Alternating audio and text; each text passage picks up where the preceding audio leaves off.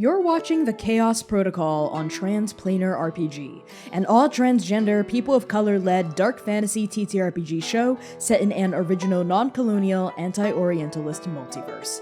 If you like what you see, please consider pledging to our Patreon to support the show and get access to a patron-only after-show, early podcast episodes, GM notes, character sheets, and even the chance for your tabletop OC to cameo in our series.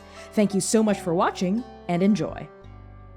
The Chaos Protocol is a dark fantasy series that may contain content that is triggering for some viewers. Content warnings for this episode include blood, food, romance, flirting, fantasy violence, light neck gore, complex relationships, and arranged marriages.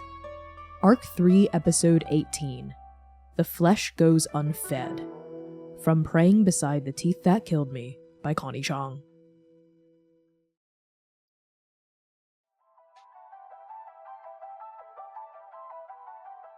Strike Team Nova!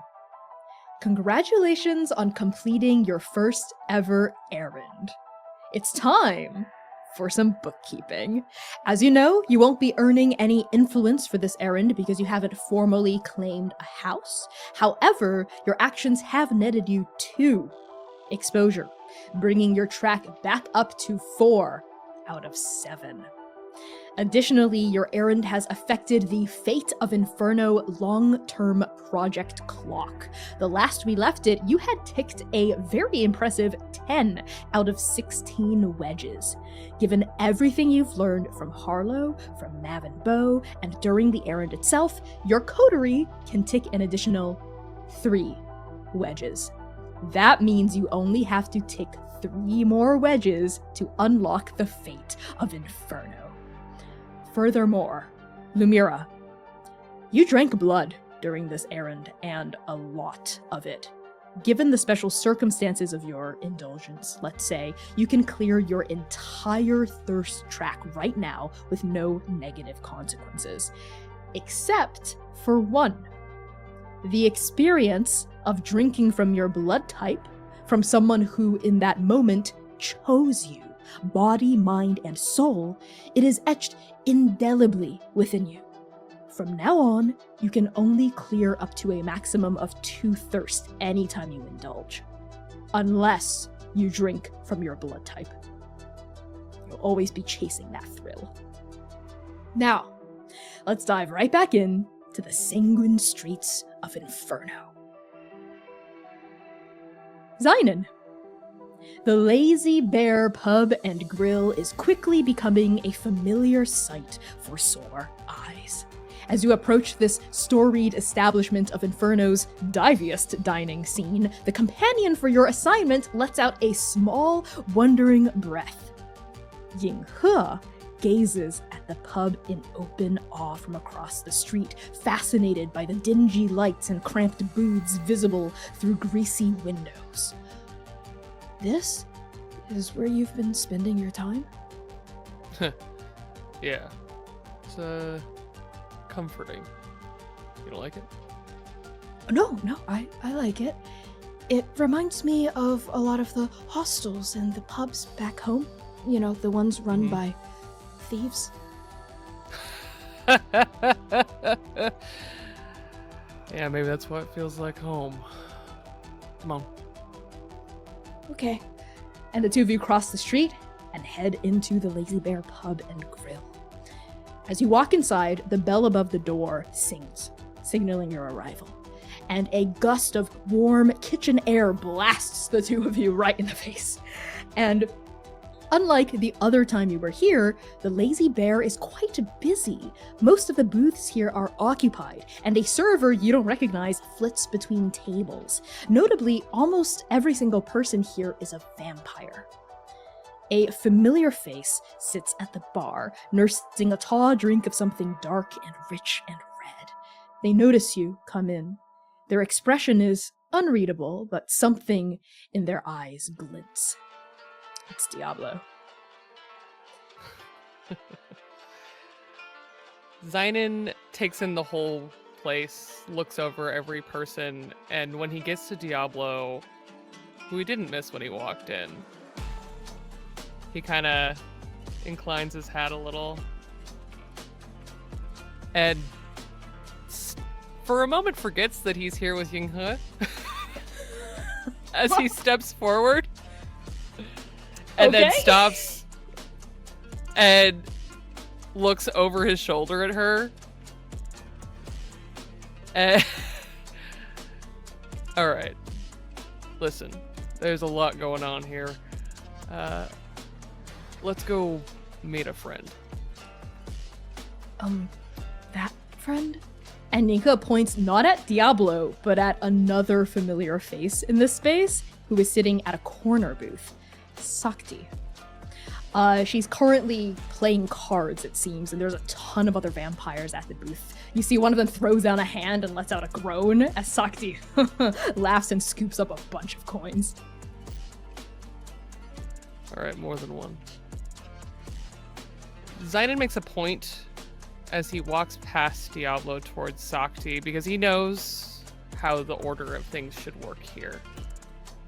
He just kind of takes a not so quiet step towards Diablo, puts a hand on the counter, taps it gently.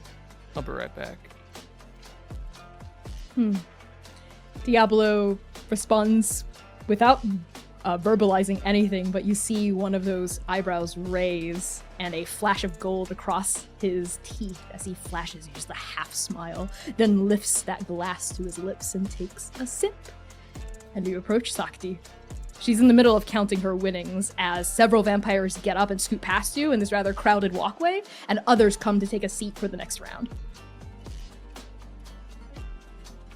Xainan approaches and waits for Sakti to actually look at them, because he is very aware of the power dynamic here and does not want to look like in front of all these people that he is stepping on her domain. Someone else is dealing cards now for the next round, and Sakti hasn't looked at you yet, even though you're lingering quite nearby with Yinghe literally shadowing you. But then when she speaks, it's clear she's addressing you, though her eyes don't fall on you. Tell me it's good news, Esch. No more werewolf problem. That gets her attention. She pauses, looking up at you, then whistles low, and one of the other people who has just drawn a hand sets it down, gets up, and gestures for you to take their place.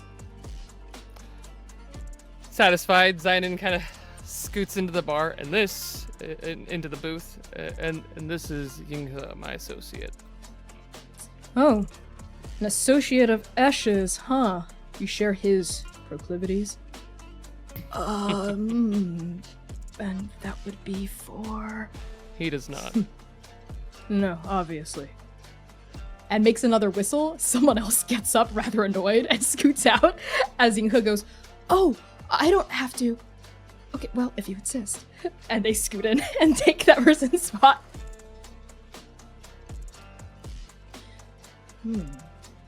Werewolf problem is no longer, you say?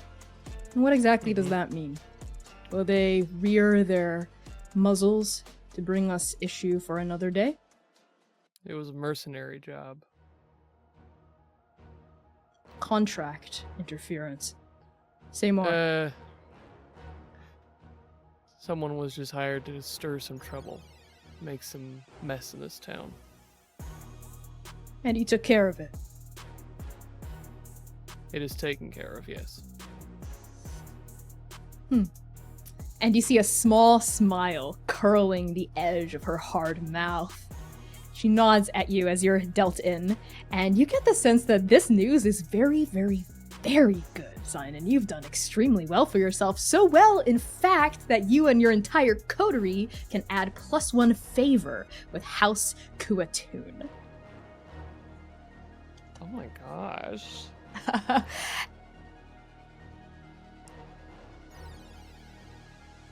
And I figured I'd also clock in, but... Not tonight, Esch. Not tonight. You've earned a seat at this table. For now. We'll see how well you keep up with the cards. I'm honored. And coming by out from the bar is the server that you don't recognize, a small slender thing. And they serve everyone here small whiskey glasses of blood with rocks inside of them, ice inside of them, kind of slides them toward each of you and then goes. And Sakti picks up her whiskey tumbler and like raises it in your direction. Xainan raises his, swirls it around a little. The two of you clink glasses, Yinghe as well, and the other person you're playing with too. You recognize her, Keliga. And Yeah. you all sip at the blood. But just as always, this kind of nice, smooth, low, cold blood doesn't really do it for you, does it, Esch? It reminds him of the smell of Keliga's blood, and he tries to not look up at her as he drinks. He fails, just a little. Keliga notices you looking at her and she raises her eyebrows in response, perhaps taking your interest for something else. But Sakti says, You know, my second in command has been mulling over something ever since you walked out of here with a bit of table between your teeth. And? Well, Anu! Guess who's here? And peeking her head out into the service window is a very sweaty and kind of grease-stained, sleeves rolled all the way up, very muscular Anugata. Who? Is it? Oh, I've been waiting for this one. And she drops her rag and hands off whatever she's ordering to a different cook in the kitchen. And there's some like banging around back there. And then she comes out from behind the kitchen and approaches your table with like a very greasy apron on, kind of stands with both feet planted wide. Xainan Esch. Judging from the whiskey glasses and the seat at Sakti's table, I'm gonna assume you gave her some very good news, which means, come here. Oh. Xainan gets up very quickly. He's settling back into his eagerness. You follow Anu behind the counter, and she kind of explains as she leads you, with various eyes of vampires following the two of you, with degrees of interest glimmering in their depths. And Anugata says, Don't think I didn't notice that what I cooked up wasn't quite enough for you the last time you were here, Esch, and don't think I didn't notice that your whiskey glass is mostly full. So I've got something that's really gonna whet your appetite. And again, you see that point of pride that you noticed last time flare up in her. He recognizes this kind of challenge, like when he told his ma that he didn't want to have just sauteed legs anymore. And he smiles. This is home to him. Food, the challenge of care, loving not because it's easy, but because it's in the details. It's in everything. And he is finding himself fighting against that hunger, but not because he's going to lash out at Anugata, but because he's so eager he feels like he might vibrate through the floor. I think your like jitteriness and your eagerness is quite palatable, like it's quite noticeable. And Anu says, slow your roll, we haven't even gotten to the good part yet. You don't want to release all the energy that you have a bit too early, Esch. Catch. And she throws something sharp through the air at you. He picks it up. He tries to catch it without whatever sharp thing is getting him. You are able to grab it handle first. It is a paring knife. The blade of it is only about as long as your middle finger. And she holds up another paring knife, kind of like in her hand in a very, you notice this stance very well, like a very street fight kind of stance, low and in.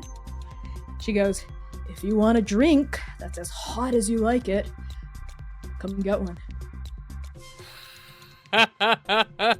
Xainan flips the blade once, twice in the air, holds it reverse grip. This isn't his Emo's talon, but he still knows how to fight with it. And he lets the flashiness lead in before he springs towards Anugata.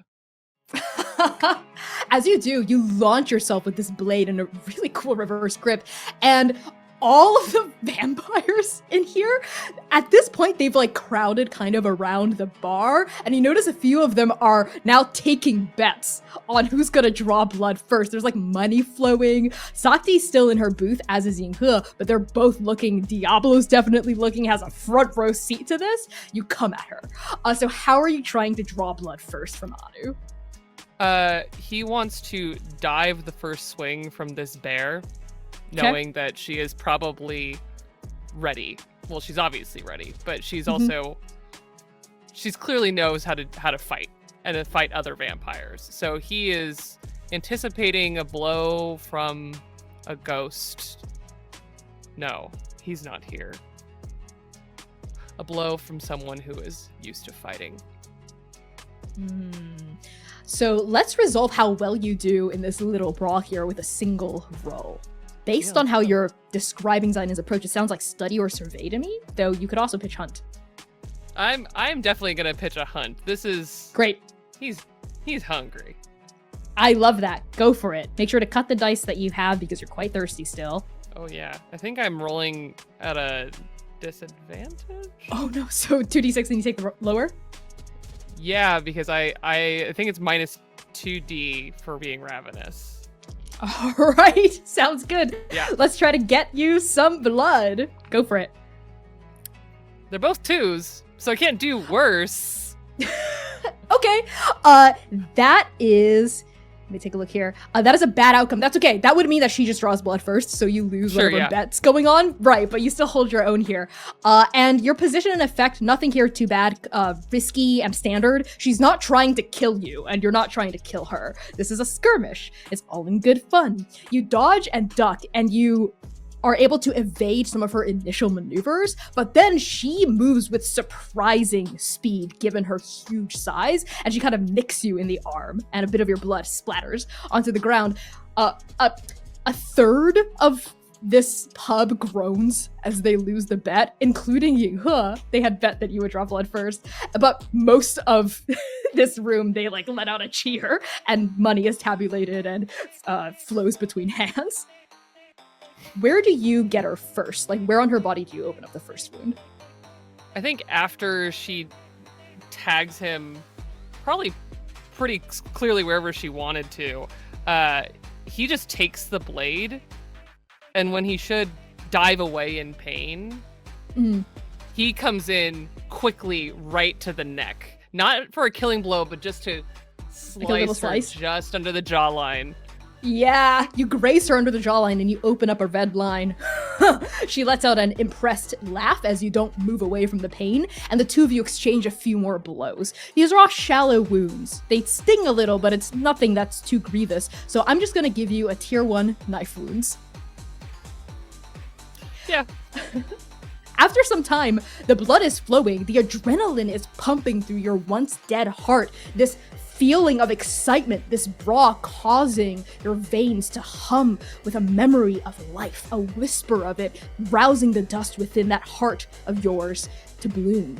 And then there's a moment as the two of you kind of spring apart where Anu's like arms, her neck, a bit of her chest is like covered in some like light gash wounds, and so are you. Both of you are kind of dripping in each other's blood.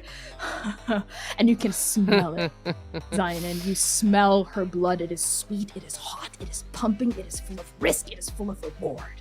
How do you go in for the drink? Xainan stopped hearing the people who are watching. At some point, with all this blood flowing, he's taken back to fighting in the barn, learning how to throw a better punch, times when things were good and he would fight, he would eat, and he would lose himself in the people that he loved. And so he falls into that memory, and as the blood begins to stir that hunger, he comes into Anu, and I think any place that he finds blood, that same eager tongue that lapped up all the blood on the table, like a tongue in worship, he licks the blood off of her. Where on her body? I think the first place he gets is like the back of her arm. Okay, like right here, like on the forearm. Yeah. Kind of like in between the elbow and the wrist. I love that. Yeah. Or maybe on the bicep. Yes, bicep. Easy. Okay, yeah. Your head comes in, fangs flashing, and you latch onto her bicep. She lets out a as you begin to suck and lick, and that hot blood courses into your mouth, fills it, and down your throat. I'm gonna have you clear some thirst here. So we are going to use the special indulge move. Let me just scroll down here because it's been 2 weeks since I've played this. Bum, bum, bum, bum, bum. It's like your thirst. There you go. Drinks. He looks up at Anu with excited, joyful eyes as he gets the meal that he actually needed. Okay, I love that. So what is your weakest attribute as you're slaking your thirst? They're all the same. Okay, great. So why don't you just roll 1d6 and we don't have to worry about any modifiers here because you're actively drinking. It's a 5. That's a 5. You're drinking from your blood type here, technically. Yeah. So that would be 10 thirst that you would clear. So you do overindulge here. Yeah. So which of the overindulgence consequences would you like to take? Steal someone's drink, brag about your exploits, tap out the prey, meet someone, or get shit-faced? I think... I think this is a place to meet someone. He's being a freak on main in front of a bunch of people. Okay. All right. Sounds good. Yeah. Your mouth closes around that bicep. The blood flows in. Anu lets you take from her for like a minute as like she and you can both feel that thirst being sated as you're coming back to your senses. You've been walking around so fucking ravenous for so like days now on end that this is like finding an oasis in the middle of the desert. You feel as close to alive as you possibly can as a vampire. And then she shoves you off of her, right, to prevent you from going a little too far and tapping her out. And there's kind of like a roar, right, as people are like pounding on the bar, right? Other people, they're chanting fight, fight, fight, right? As it's clear the fight's coming to an end, there's like a big cheer. And amidst all of this, Anu kind of like pushes you away for a second. You stumble against the counter, and then she grabs the front of your shirt and pulls you in a little bit closer and says something to you that only you can hear. No one else can hear this. And she says, "You're not what I expected, Esch." You were delicious. I know. I'll taste you soon. Go, have fun. And she pushes you aside and kind of widens the gap between the two of you again. Xainan stumbles back, now definitely satiated in feeling him come back to himself, but also he almost feels warm even though he's not alive. And he looks around the room, suddenly remembering, oh, I came here with Yinghe. Oh. Diablo's here. There are other people here. Yeah! Yeah, the blood is flowing back to your brain and to the rest of your body, and you're starting to gain an awareness of your situation. The someone new you're meeting here, I'm gonna say, is the real Anu. That moment between the two of you, that almost intimate moment. And then you kind of look around and you realize where you are again. Sakti is waving at you for her to come join her once more, and you notice that Diablo has taken up residence where Keliga once was, who has kind of rotated else offward to fraternize with someone else. And Yinghe is looking at you with these huge silver eyes. They've never seen you do anything like that before. Connie, I have a funny question, actually, since Sure. The real Anu, Xainan not only just met her in a emotional, poetic, wonderful sense, but also, Connie, what gift does Anugata have? Oh, are you invoking one of your abilities? I would like to know what new aspect Xainan experiences from his dark gift. Ooh, that's true, because you've taken from a vampire, so now you can also take an aspect of her dark gift as well, and you know what it is. You feel, as the blood settles in you, strength coursing through your body, through your bones, a kind of physical endurance as well. You get the sense that you're not only going to be able to dish it out, but take it much better than you're used to, at least until dawn. That is the gift that Anu has, gift of the bear. Xainan squares his shoulders back. They feel more powerful. And he feels like he knows Anugata a little better as he walks with that blood, with that dark gift, and rejoins the table with Sakti. Good showing. Sorry to say that I bet against you for first blood, but what's to be expected, right? Anu's Anu. I'll take losing. I bet for you. I do appreciate that. I lost a decent amount of money, I think, but that's okay. Xainan, Yinka says, leaning in a bit as Sakti starts dealing cards again to the four of you.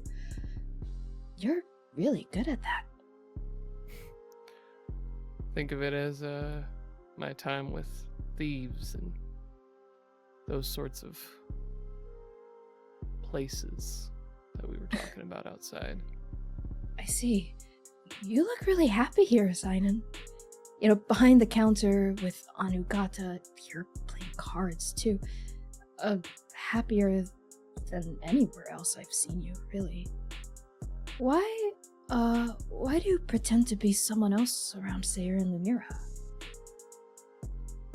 I'm not someone else, I'm just... And he stumbles over that lie. I don't think anyone's ever asked him that.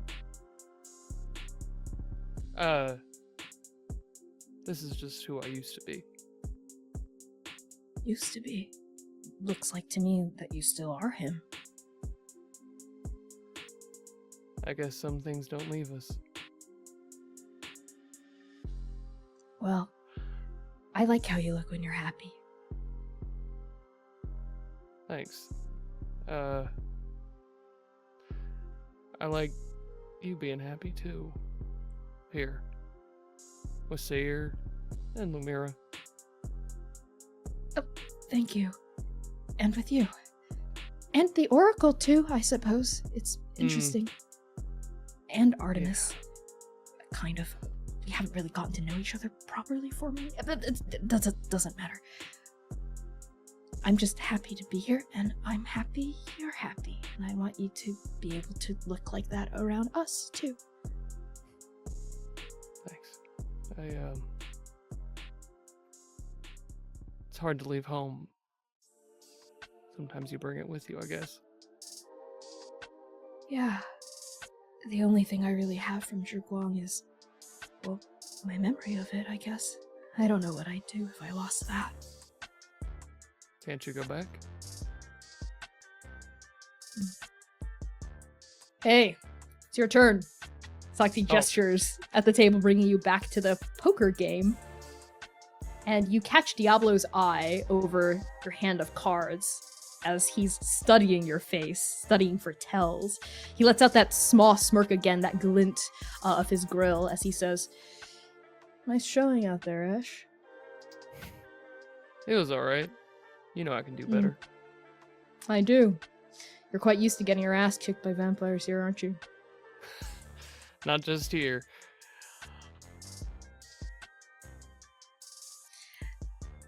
Well, you can show me that anytime you want. Oh, can I now?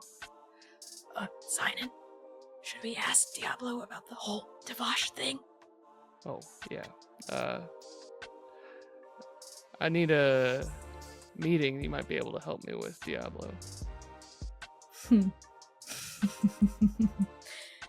Say more. Lumièra and Seir. The two of you stand outside the stately wooden doors of an Inferno University lecture hall. Beyond those doors, you can hear the measured, logical tones of the professor of House Huyen discussing some topic or other relating to critical psychology. This is an undergrad lecture. It's way below Lumièra's weight class. You're not here to take a class together. You're here because Lumièra Nova is an excellent student, and she's determined to prove it. But first, you must wait. As the two of you loiter upon the polished marble floors of this academic institution, who breaks the silence first? Of course it's Seir, because why would Lumièra? Seir has been fiddling with the red thread tied around his finger. Almost like he's trying to pull it loose with how violently he's tugging at it. But it doesn't move in his finger. And neither does the thought of what happened to Lumièra. That's too far, that's too much for him to see that. And as he pushes and pulls, like the way the moon pushes and pulls the waves of the sea, he finally breaks the silence. Speak your truth.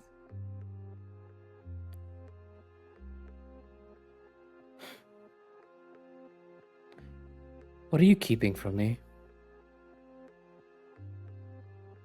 Lumièra looks taken aback for a second as she's fiddling with her paper.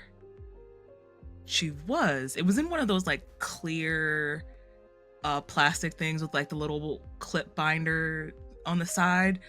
And she was kind of taking it off and putting it back on, fidgeting to make sure it was perfect. Before she stops and looks back at Seir at that question. What are you talking about? I know you're keeping something from me. I can feel it. There's this... I feel apart from you, Lumièra.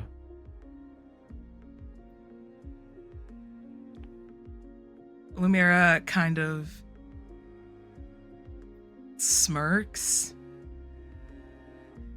and then it's so low you can barely hear it, but she scoffs. Just a tad. I'm not trying to fight. I'm not fighting either. I'm distant. I've been here this entire time. I go know to you school, I help, I heal you guys. What else do you want from me, Seir? It's not what you're doing, Lumièra. Of course you do everything. Of course that is the case. That's not what I'm asking of you. I know there is a thorn in you. Something that hurts you, that pulls you and rends you. You are here for us, you heal us, but we're here for you. I'm here for you. I'm here to protect you, Lumièra, but I feel this distance between us. Do you not trust me to tell me what that rends within you?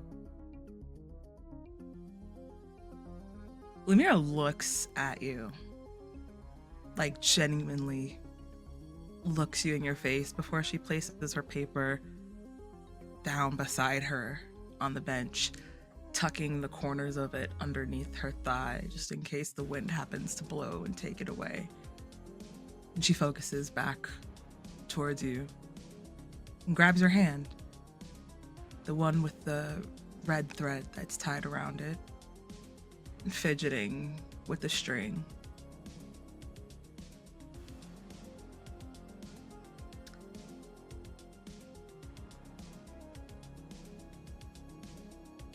I am distant. Because I have to be. For the time being. School. And you should be focusing your time on Yinghe. The oak doors open. Over 100 students stream out, carrying book bags and tomes, consulting smartphones and tablets. When this exodus dies down, the two of you can see Professor Ifueko at the bottom of the lecture hall beyond, gathering her books into her bag. And without turning around, the professor calls over her shoulder. Are the two of you going to stand there all night? Professor Toyin. And Lumièra will let go of Seir's hand, grab her paper, and walk down to the front of the class. Ah, if it isn't Lumièra Nova. But our class isn't until later this week. I understand, but I am nothing if not an overachieving student. And Lumièra slides her paper across the desk like she's making some type of deal in like poker or something. Just Professor Ifueko raises an eyebrow and takes this from you. Is this what I think it is? 5 days early, of course it is. Huh. And she looks down and starts thumbing through your paper. She kind of like pauses on like the abstract page, like the introduction page, and then like flips. She only lingers for a few seconds on each page, but why do you get the feeling that she has read every single word in those few seconds? By the time she gets to the very end, she lets out a kind of impressed noise from her nose and places it on her table, looks at you and says, "Very impressive. Very impressive indeed, Lumièra Nova. But can you put your thesis up on that board for me, from memory?" Lumièra laughs, genuinely like a little scoff, and goes, "You have no idea." And she turns sharply around, walks directly up to the paper, like up to the chalkboard, and picks up chalk and starts writing bullet point number 1, and is writing verbatim her outline of her paper. As you do, she lets out a small laugh and says, "Major sources as well, and counter arguments too, I expect." Of course. As she you will describe move those. over to the others. Like you see her like write a 1, like a mini 1 right after one point, and then go over and to the other side and immediately start writing the source of where she got it from, and right back into it. I love that. Yeah, she gives a small low laugh, low in her throat at that. Kind of shakes her head a little bit with a smile as you do so. And that leaves Professor Ifueko and Seir together back by the table as Lumièra scratches at the chalkboard. Seir's face in the moment before the doors open up flashed a moment of heartbreak. Hearing what Lumièra said, to feel that distance remain. But that face is replaced right now with pride, watching Lumièra in her element. Seeing the way she handled that paper, of course. She's been the highest achieving student when they were in school. And asking her to write out her paper out on the chalkboard? Child's play. So Seir looks at Lumièra's hand as it caresses the chalk and beams with pride.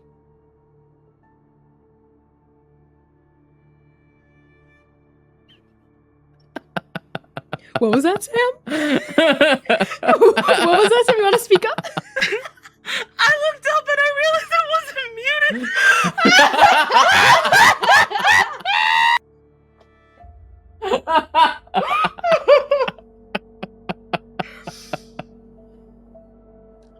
Okay.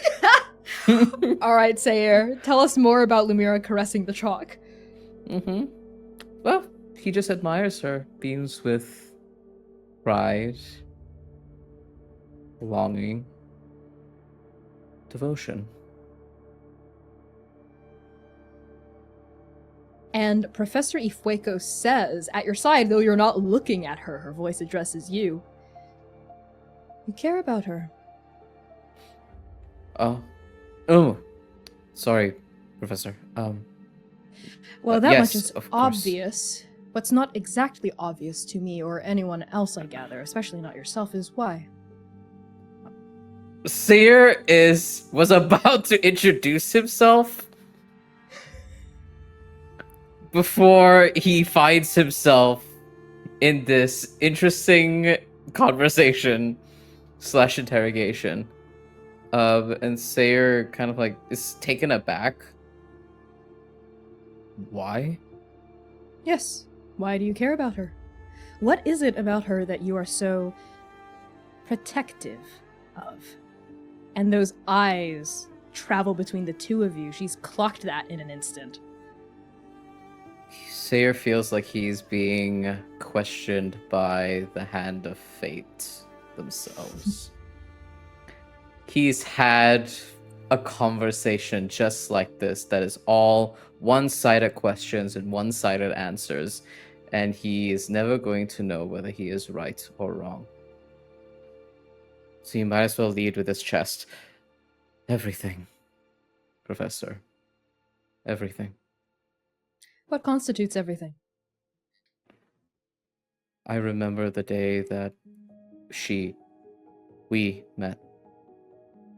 Every detail. And when I saw her eyes, I saw everything. Her ambition, her drive, her brightness, her laugh. The way her brows furrow and knit when she sees a problem, not in frustration, in interest, in challenge. Like it's a little game, a little puzzle for her to unfurl and unearth, solve, and the pride, the light that she exudes before, during, after. So why is there a wall between the two of you? I don't know. I'm not talking about the wall around her heart, Seir. You had not introduced yourself to her. I know, because he was trying to find any opportunity to introduce himself. I'm talking about the wall you put there. Me? Yes, you. Professor, I hadn't said my name, and what is this? Oh, you don't have to. Maybe I can read minds. Or maybe I just do my due diligence when newcomers roll into Inferno hot and screaming. I guess we'll never know. Fair enough. I'm not putting a wall around myself. I'm by her side. What would you call it then? Armor? As befitting of a knight? It's my duty to protect her. Your duty to protect her. And she chews over those words like a fox that has a rabbit between its teeth but hasn't chomped down yet. Your duty to protect her. So you see all of these things that you liked about her, her ambition, her drive, her intelligence, and you think she needs a knight.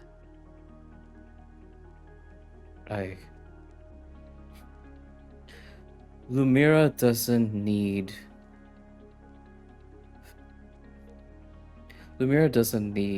people to do these things. I choose to. Does she know this? I hoped that it would be made clear over the many moons we've worked together. And what is it exactly that a protector, a loyal knight, does? Protects, guards, stays steadfast. To And what be does a there. knight not do? What does a knight never do? What is forbidden to a knight? Seir stays silent.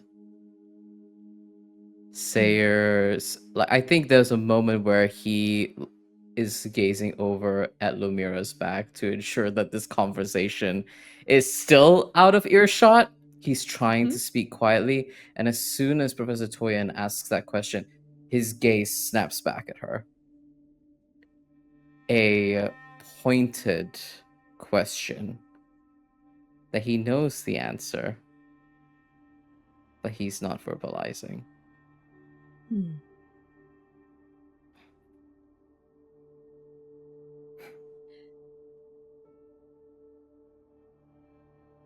Identity is a fascinating topic, not just in my field, but in many other fields as well. You see, the questions are, is identity something that is innate to us, something that each of us is born with? Or is it something that we choose for ourselves? Or is it socially determined? Does the society we are born into give our identities to us in such a way that it conceals the hand that feeds us, that we think these things are innate, but in fact they are socially determined? Or is it a combination of the two?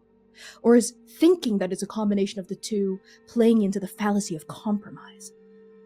Have you heard of the Ship of the Bull Prince? Seir follows that entire train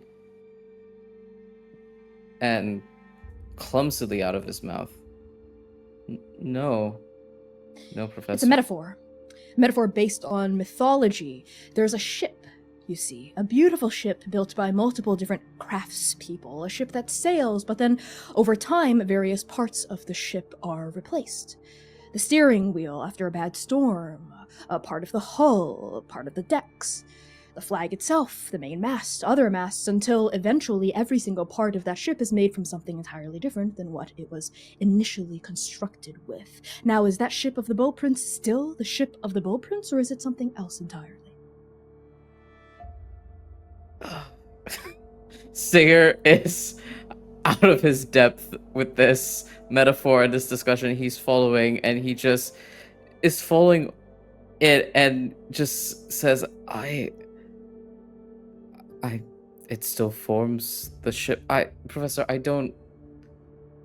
Please speak plainly.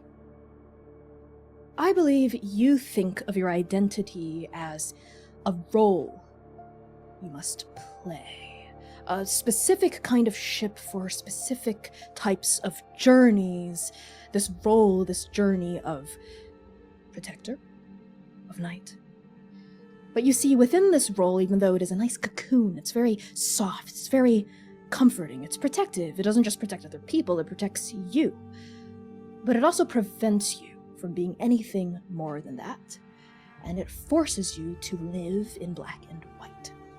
It doesn't give you permission to reach beyond, across, break down walls. But what if I'm already reaching? What if I'm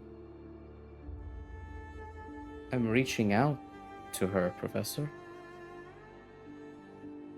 And at that, Professor Ifueko softens. She looks at you, really looks at you, in a kind of similar way that Lumièra does sometimes, that you feel like she's peering right into your soul. And she sees it. The sincerity. The genuine desire within you, the genuine care you have for Lumièra. She says, I think, perhaps, it might be helpful for you to know that sometimes what someone needs isn't someone else to shield them from all the pain that there is in the world. I'm afraid that that's not possible. As much as we try, and as much as that attempt comes from a place of care, sometimes what someone needs is simply for someone to hold them while they struggle and suffer. Someone who makes sure that they never struggle alone. Something clicks inside of Seir. Now that he's had a moment to breathe and think about it. Fuck, this is the same conversation with Ying-He again. Has he gotten this all wrong? And he looks over to Lumièra's back, watching her write her thesis. And Seir begins to chew on the thought, the conclusion, that maybe he's been going about this wrong this entire time. But how to remedy it, he doesn't know. And I think he looks back at the professor sheepishly, like a child found out.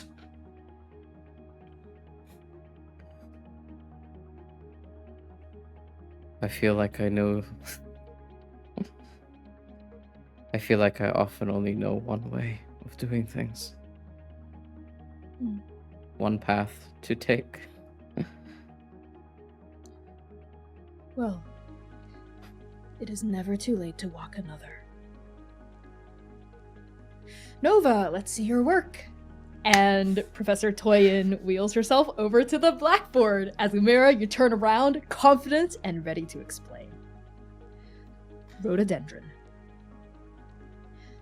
Your sister makes music in a refurbished warehouse amidst abandoned factories, rusted train lines, and defunct steel mills.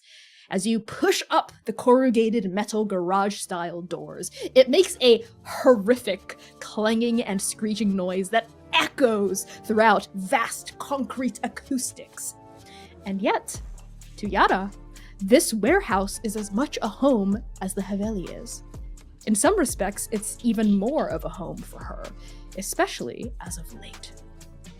Inside this warehouse, you see her living space. It is sparse, but very specifically adorned. You see a black mattress just sitting on the floor, a mini fridge, empty vapes all around, overflowing ash cans, posters of bands that even you have barely heard of.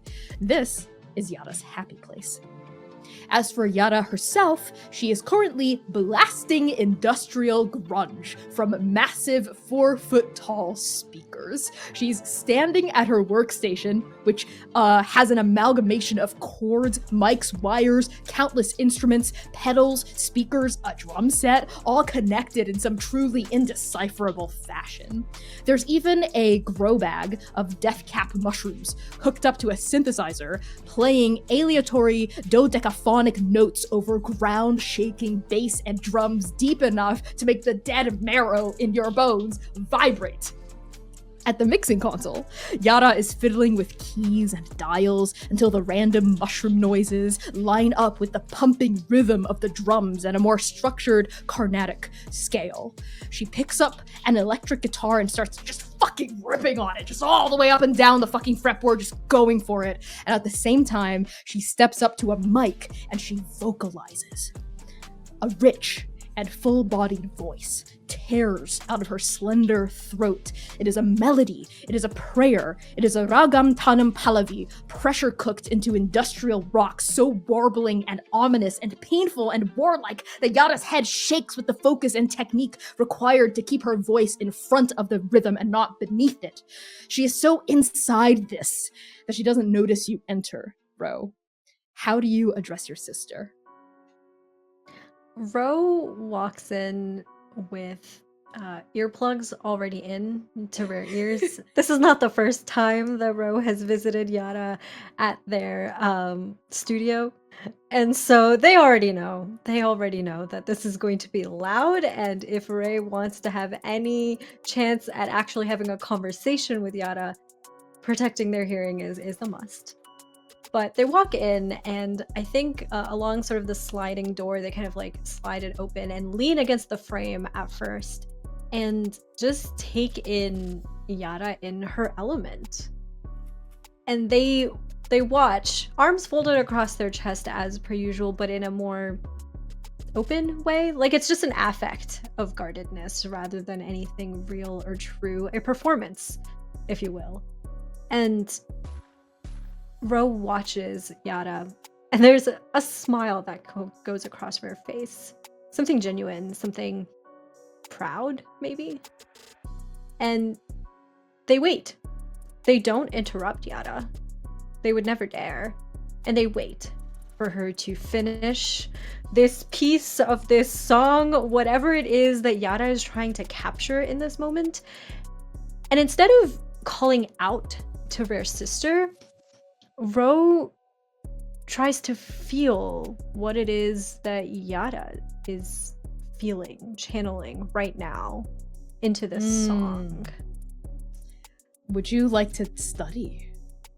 If I could. Okay, you can pitch a different action as well, but I think this would necessitate a roll, yeah. Could I pitch survey instead of study? Absolutely. Okay, 100%. all right. All right. In that case, I've got 2d6. I'm going to say your position is controlled, your effect is standard. Okay, gotcha. Dice, be nice to me. I'm trying to be nice to my sister. Okay. I got a 2 and a 6. That's a 6 is a full success. Yes. Okay. You can tell pretty much exactly everything that she's trying to accomplish here. It's very Yada, blending genres, but everything about her artistic signature is big, right? She goes for big emotions, big, bold textures and flavors. Sometimes it can be almost overwhelming. Like she has so many ideas that she all wants to just fit into one track, and it's really hard for them to separate all the ideas into separate songs, separate places. This, you see the potential of it. It could be one of her best songs yet, in your opinion. There's emotion here. The main emotion here is rage. That's very clear. It's very angry. The specific raga that she is kind of improvising off of is one for one of many ancestral gods of war. That frequent inferno. She's calling on that ancestral spirit. The exact kind of rage, it's clear that she's improvising the words. It's just kind of like a stream of consciousness right now. She hasn't locked down the lyrics yet. She's currently in a bridge of sorts, and she's trying to figure it out, because the bridge is where the song becomes. It hasn't become yet. It's just kind of angry, but she hasn't settled on a direction to funnel the rage. And when Yada kind of like dies down from this stream of consciousness, when it kind of goes from this raging river to a trickle, when there is a little bit of a lull in the music, Ro steps inside, closes that sliding door behind them, and calls out to Yada, her voice echoing in this warehouse as it does. Are you still trying to separate everything out? Fuck!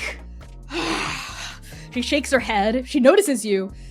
As she goes over to her mixing console and presses a spacebar, and all of the music stops, like at the same time. The synths kind of vibrate out for a minute, and then they also like die down. Yes. No. I don't know. I don't know what I want this song to be anymore. I don't even know if I have it in me to finish it. No, I think that's the problem, is you're trying to turn it into multiple different things. You're taking a scalpel to the song and trying to carve it out into different nicely delineated pieces. Leave it as one big whole, quite frankly contradictory thing. I want to call it a mess, but it's not in an insulting way, in a good way, like that's the point. Yeah, no, I think you're onto something. Yeah, I think I've been trying to edit as I go, and I think I just need to let it all be, instead of trying to scrape away at it. Yeah, I mean, you've got kind of there's a lot here. There's a lot here. Are the mushrooms too much? No, but that's my point. I think actually, I feel like you're holding yourself back.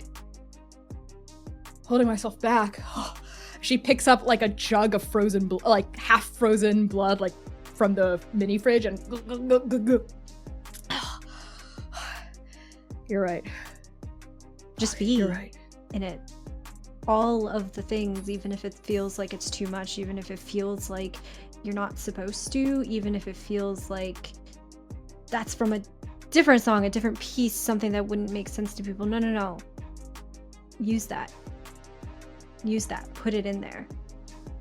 Okay. Okay, yeah. Yeah. And she picks up one of her many notebooks scattered around the space and like a heavy pen and like scrawls something down into it, taking notes, literally, from you. And as she scrawls, she like puts a big period at the end of whatever she wrote. And then looks back up at you. Is that for the release? The album release party? Yeah. Yeah, it is. I've been going over my all the songs on my album, and, just trying to fine tune and make sure it's good. And this one just kind of came to me. It wasn't originally on the album, but it just came to me after the after the bloodbath, I guess. Knowing you, I feel like this album is going to change every single day until the actual release party. Yeah, fucking tell me about it. But I assume that's not why you're here? Well, the Huyans are actually why I'm here. The release foxes. party, yes, the very same. The ones who so graciously have offered you a space to talk about your music and Of course. give you, an opportunity. How could I forget? And you can see, Yada can see, because Yada has grown up with Ro and has seen the way in which they have tried to emulate a better, someone that they are trying so desperately to be. And so you can see those gears kind of like shifting in Ro's face, in their head, as Ray maybe fights an instinct within themselves and chooses a different dialogue tree, so to speak. So, you know that as a member of House Thakrar, as the littlest spider, it affords you a certain level of, let's say, prestige, right?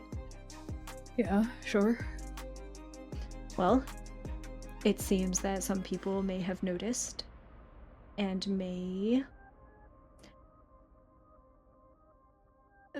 Dr. Fueko, Toyin, has another opportunity for you.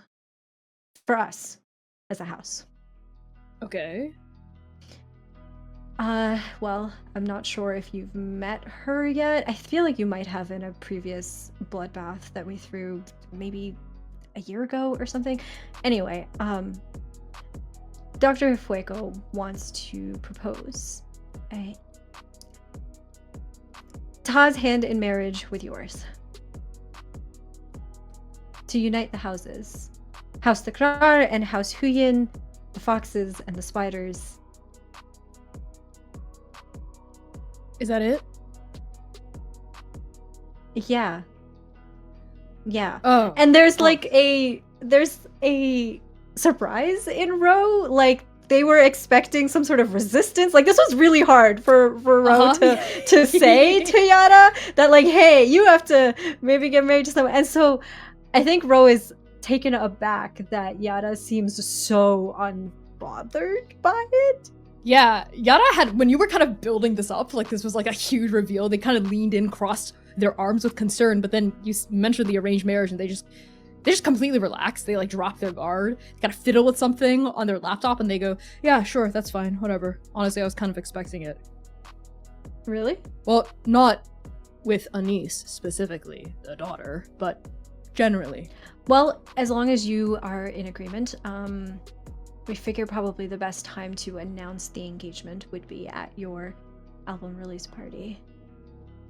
Oh, yeah, I mean, I guess it's on their home turf. Yeah, that's fine.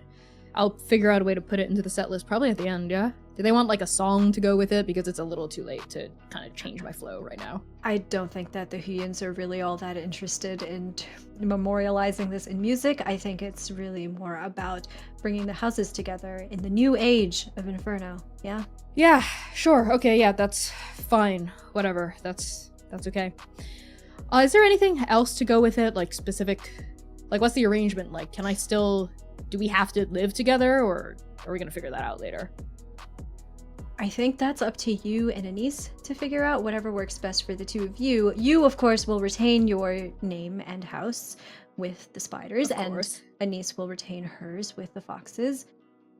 you're functionally securing our interests with each other, making sure that whenever House Huyun wants something done, that we can make sure that it happens, and vice versa.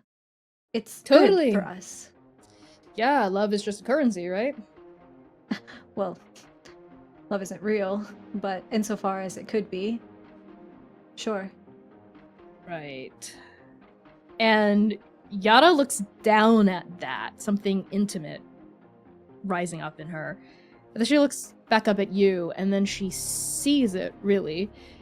She sees that dialogue tree that you're going down, the specific words you're choosing, the path in this conversation, the social maneuvering. And she says, well, how do you feel about it, Ro? Well, I mean, like I said, it's good for the house.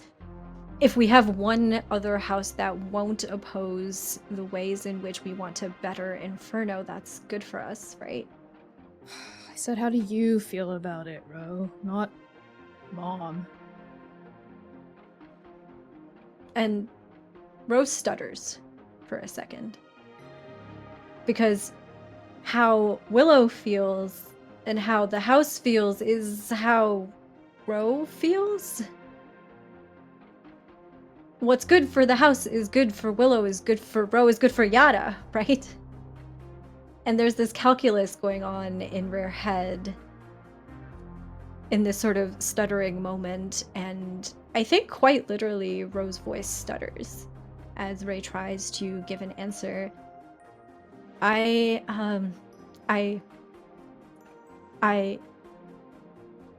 just hope that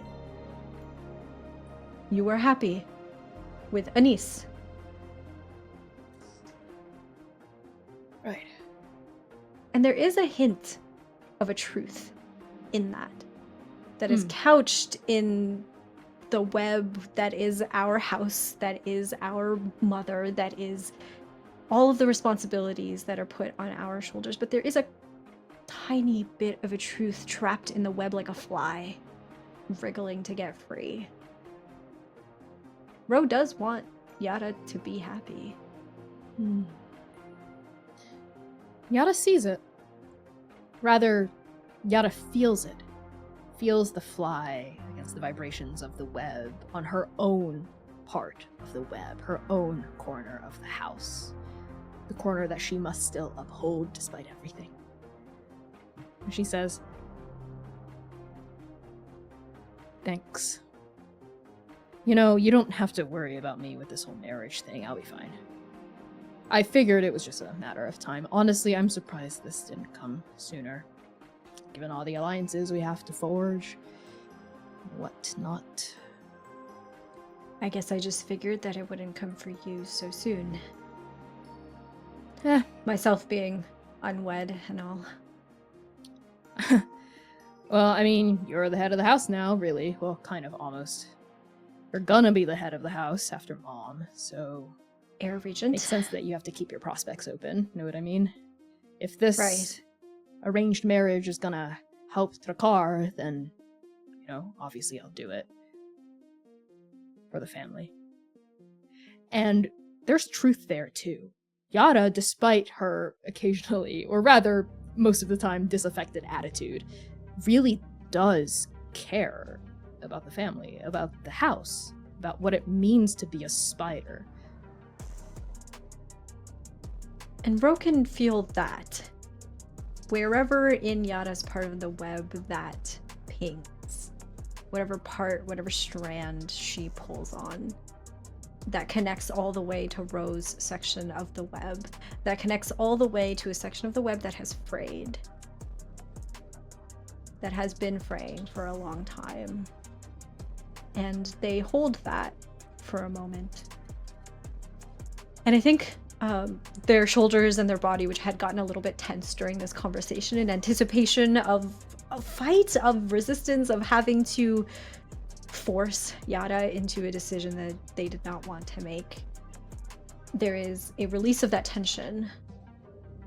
Almost gratitude within Ro that they didn't have to do that. And instead, Ro, I think, closes a little bit of the distance between themselves and Yara and looks at all of this like truly Rube Goldberg machine of instruments that she has created. Oh, 100%. And kind of like runs their hand along like the bag of mushrooms and like looks at sort of this contraption that's been set up. And not looking at Yara says, okay, well, that's settled then. And if you need anything at all to make Toyin or Anise or any of the foxes happy, just let me know. Yeah, I'll make sure to reach out. I mean, love isn't for us, right? So this is probably the best way this could have happened. I think it's the only way it could have happened. She opens her mouth to say something, and you can see the word, the name. It's about to form. A very familiar name. But she doesn't say it. I think Ro even sees that, right? Sees it in the second that it's forming, taking shape on Yada's tongue, and before Yada can even make the decision to not go there, Ro pipes up a little bit louder, their voice reverberating against the walls, the concrete in this space. Is it okay with you if I stay and for a bit to finish this out? I'm kind of curious about this one. Yeah, usually I wouldn't let anyone watch my creative process because I don't want anything, any foreign vibes messing with my groove, but I guess you can stay. Foreign vibes. Yeah, like outside Or blood, Yada. influences. Oh, yeah, okay. Well, yeah, that's why I'm letting you stay, like only you'd be able to stay. And Mom, I guess, because I wouldn't be able to say no to her. All right, have a seat on the mattress or the ground. And I think Ro will go and take a seat on the black mattress. And I think will kind of like help themselves to one of the blood cans from the mini fridge. Yeah. And we'll Her like back is mid sip is just gonna like gesture like carry on to yeah. Her back is to you when you do that, but she says, "You're gonna get me another one." As she starts like pressing play again and picking up the guitar and everything, like it starts blasting again. And Ro, as you sit there and drink this blood canister and listen to your sister's honestly really good, very loud music, you think back to that name she almost formed in her mouth. And you don't know if that first letter was going to be an A or a T. Strike Team Nova. The four of you, in your own corners of Inferno, wrap up your individual businesses and you touch base via phone and Oracle. News is shared about Diablo's assistance and a locale of a rendezvous is arranged. It is finally time for your coterie to meet the Shrike. And we're going to end the session there. I thank you all so much for tuning in. I'm sorry, Sam, but them's the breaks. I don't make the rules. Even though I literally do. You literally do. Like, you are the only person in charge of it. You are the rule maker. You are Jade. There's a higher power than me, and their name is C. Thomas. My name is has been Connie. Is Connie still? Has been Connie. You can find me across the internet at by Connie Chang. I'm gonna pass along introductions to Hamnah, I suppose. Are you on screen? Yes. Okay, Hamnah, your incredible guest. Go for it. Hello! Hi everyone, my name is Hamnah. I use any and all pronouns, and I am a TTRPG performer and producer. You can find me all over the social medias at Lilith TTRPG, keeping an eye out on my things coming up. Oh, actually, very soon, in like less than 2 weeks, I will be announcing a new project that I've been working on for, I kid you not, 2 years. So I'm very excited to release this one, and you should pay attention to my social medias. Today I have been Rhododendron Thakrar, who uses they, Ray pronouns, who is having to think about people that Ray really does not want to think about. So if everyone could stop bringing them up, that would be great. Val! Hello, my name is Valiant Dorian. I use he and his pronouns. You can find me all around the internet at Valiant Dorian or at Odds of Spirit Bear. Please enjoy that lovely treasure I just set you on. Tonight, I had the distinct pleasure of playing your sad, lost little meow meow Seir who uses he, they pronouns. And I'm gonna pass it on over to the freakiest freak of Nova. Take it away. Hi everyone, I'm Kai. I use he, they, and she pronouns. I had such a delightful time today playing Mr. Xainan Esch, who did it all, who maybe got a little in trouble today for going real hard, partying real good. Yeah, you can find me all over the internet as Estelle of Imladris, where I do a lot of this, including starting streaming on my own channel starting this week. Come follow me there and check it out. But in the meantime, Samm. Hello, everyone. I am Samstar. I use she, they, and the occasional fae pronouns. You can find me all across the interwebs at Lust for Life X. Just follow me on there. I literally use social media just to update about the stuff that I do because I suck at everything else in relation to social media. So that's pretty much all that you're gonna get from me on there. Maybe a random tweet or two about something else, but mainly just the stuff that I work on because I'm the worst. But I have had the that's what you think. I am the worst. But like I was saying, I have had the most magnificent pleasure of playing our baby girl, our healer, Lumièra Ashinyobi Oshipafara Theron. So take us home for the night, boss. It's me taking us home for the night, boss.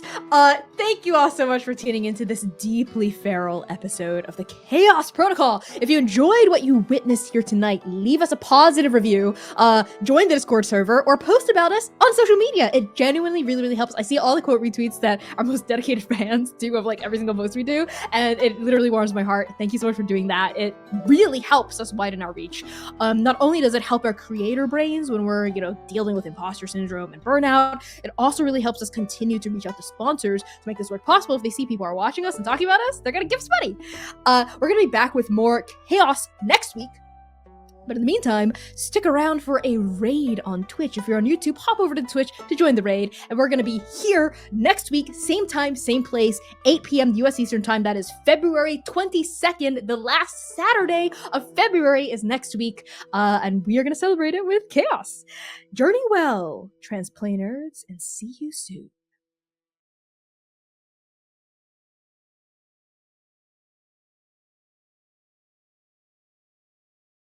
Howdy, transplanters! You know what time it is. It's sponsor Connie time with a word from Hero Forge.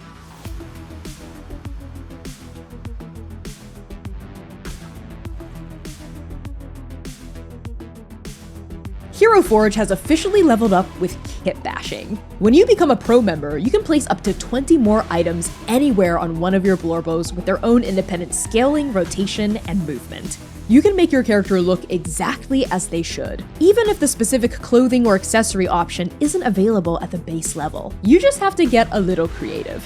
And because I love you, transplanters, here's a special sneak peek at a kit-bashed version of Oblivion. Just look at those wings and that base. This would not be possible without the power of kit bashing. The combinations are literally endless, and you can print your kit bashed Blorbos as plastic minis, standees, digital STL files, or even Hero Forge's brand new color statuettes. Color statuettes are twice the size of a regular mini, and just look at this. I mean, look at how massive this is, and especially in comparison to a regular mini, you can really get into all the nooks and crannies and details that wouldn't be as apparent on a regular sized mini. Just look at how Oblivion dwarfs Oka here. And also, if you're a GM, consider busting out one of these bad boys during a boss fight to really get your players shaking in their boots. Oblivion agrees. Unlock the true power of Hero Forge with a Hero Forge Pro subscription starting at $3.99 a month. Get in there and start creating at bit.ly/transforge. Now, let's get back to the show. Or more likely, just more of the waiting room. Trust in her will.